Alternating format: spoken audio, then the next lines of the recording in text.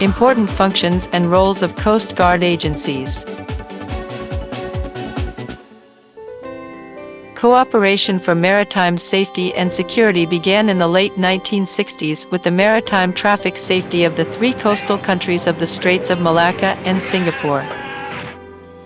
In the 1980s, it broadened to sea rescue and oil spill response in Indonesia, the Philippines, and more.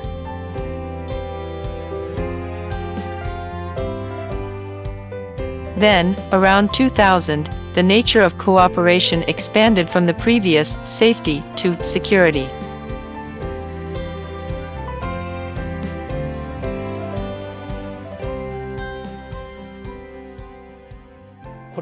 In the past, maritime security tended to be taken as meaning the military side of security.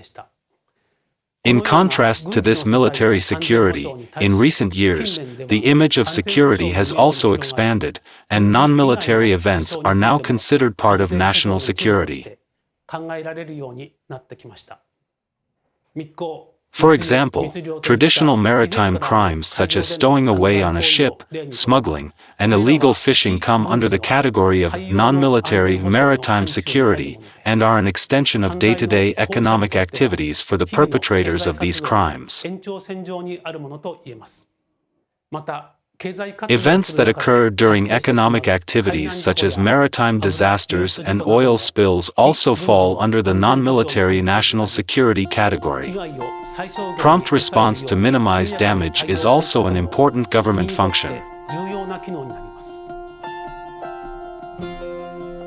In many countries, maintaining safety and security at sea through enforcing such laws and regulations is increasingly the responsibility of a type of police force, known as Coast Guard agencies, rather than the military. One of the noteworthy functions of the Coast Guard agencies as such a law enforcement organization is to avoid escalation of the situation, trying to prevent conflicts between nations and regions. Many countries, including Japan, have territorial disputes with their neighbors. Particularly in sea areas where the respective assertions differ, when some irregularity occurs, it is important to note that the first responder is not the military but a law enforcement organization like Coast Guard agencies. By responding in a manner that avoids escalation of the situation in accordance with international and domestic law, they fulfill the role of maintaining the status quo until a diplomatic solution is reached. This is said to be a safety mechanism and a buffer to prevent military conflict.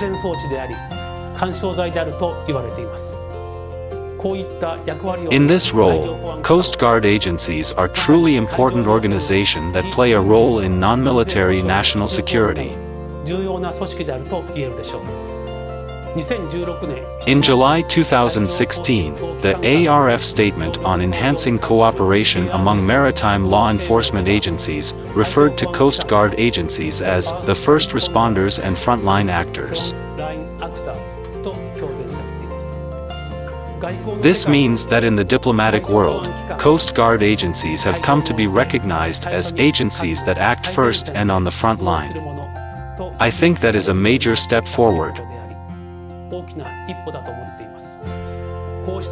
Cooperation in the development of such Coast Guard agencies is in line with JICA's vision and is an important area of cooperation for JICA. In addition to cooperation with countries, JICA also provides cooperation focused on a particular region.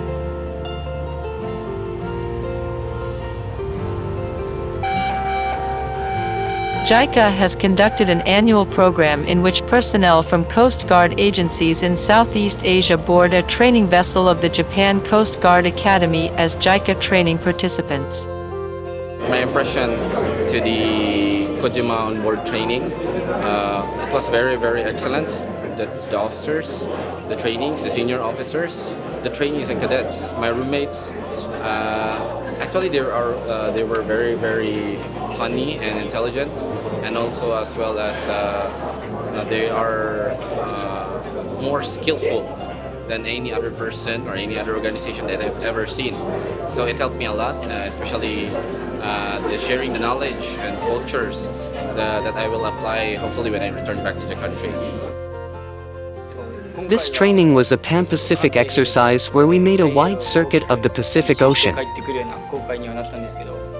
The ocean is far vaster than I imagined. We were often told by instructors that it is important for the Coast Guard to cooperate with other countries, but to protect the vast oceans, I realized that protecting the Great Ocean requires cooperation with the rest of the world, not just with Japan. JICA's international cooperation in the field of maritime safety and security has a strong connection with the maritime security strategy of Japan for protecting the free and open seas. Under the rule of law, we protect free and open seas through cooperation and collaboration with other countries, by non-military means, without the use of military force. International cooperation in the field of maritime safety and security is the embodiment of this principle.